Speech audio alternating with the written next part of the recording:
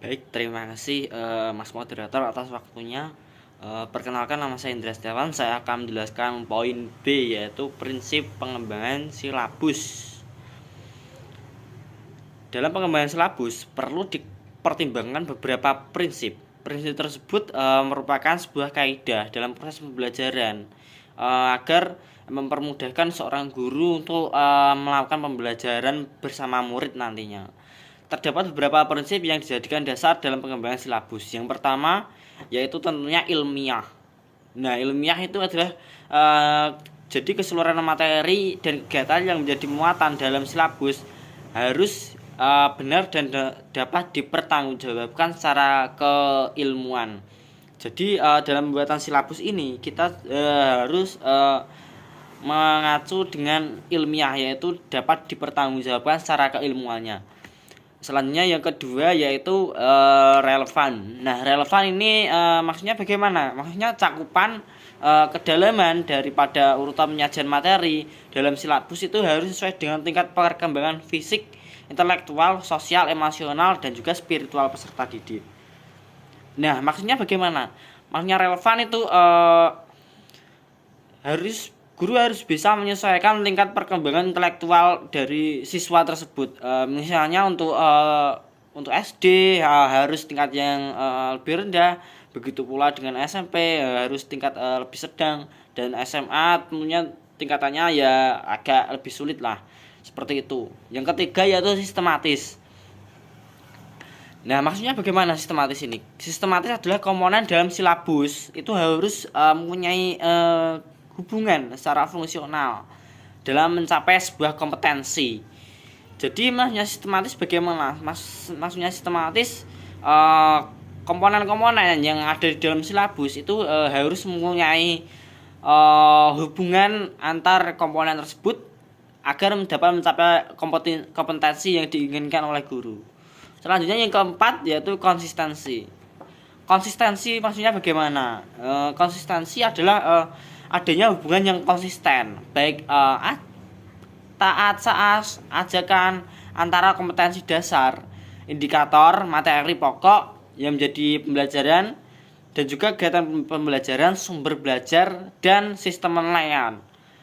Jadi dalam membuat sebuah hubungan, selain sistematis tadi, kita juga harus konsisten dalam menentukan hubungan antar komponen tersebut. Selanjutnya yang kelima yaitu memadai.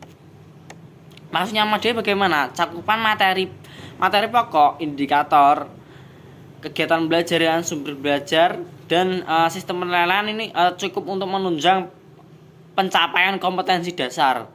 Jadi sebuah komponen dalam silabus tersebut selain harus sistematis, harus konsisten, juga harus memadai agar dapat mencapai kompetensi dasar yang diinginkan oleh guru.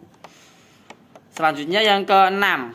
Yang keenam adalah aktual dan juga konseptual. Maksudnya bagaimana? Maksudnya adalah cakupan indikator, materi pokok, kegiatan pembelajaran, sumber belajar, sistem penilaian harus mempertimbangkan perkembangan keilmuan baik teknologi yang ada pada saat ini, dan juga harus sesuai seni mutakhir dalam kegiatan nyata dan peristiwa yang harus benar-benar real terjadi. Jadi aktual ini adalah kita juga harus menyesuaikan perkembangan zaman, apa yang sedang menjadi trending, apa berita yang menjadi update, kita juga harus mengikuti terkait perkembangan teknologi tersebut. Selanjutnya yang ketujuh. Ketujuh yaitu fleksibel. Maksudnya fleksibel bagaimana? Fleksibel yaitu adalah keseluruhan komponen dalam silabus dapat mengakomodasi keragaman peserta didik, baik segi suku, agama, ras, dan juga kepercayaan, serta dinamika perubahan yang sedang terjadi di sekolah, dan juga tuntutan daripada masyarakat tersendiri. Jadi fleksibel di sini juga harus mengakomodasi semua keragaman yang ada, baik suku, agama, ras, dan juga kepercayaan, dan juga tuntutan di masyarakat dan juga perubahan yang terjadi di sekolah. Jadi sama dengan adaptif lah kalau menurut saya ini. Selanjutnya yang terakhir yaitu ke-8 yaitu menyeluruh. Artinya menyeluruh bagaimana? Komponen silabus itu harus mampu mencakup keseluruhan ranah kompetensi.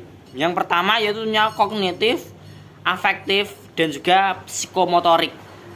Kognitif adalah pengetahuan, jadi siswa tersebut secara pengetahuan juga harus bisa mampu untuk meningkatkan pengetahuan dari siswa. Diharapkan dari adanya silabus tersebut untuk efektif sikap. Jadi silabus juga memuat sikap, bagaimana sikap siswa bertindak dalam disiplin, taat terhadap guru, dan juga mengatur berbagai hal lain sebagainya. Untuk psikomotorik, keterampilan di sini maksudnya bagaimana?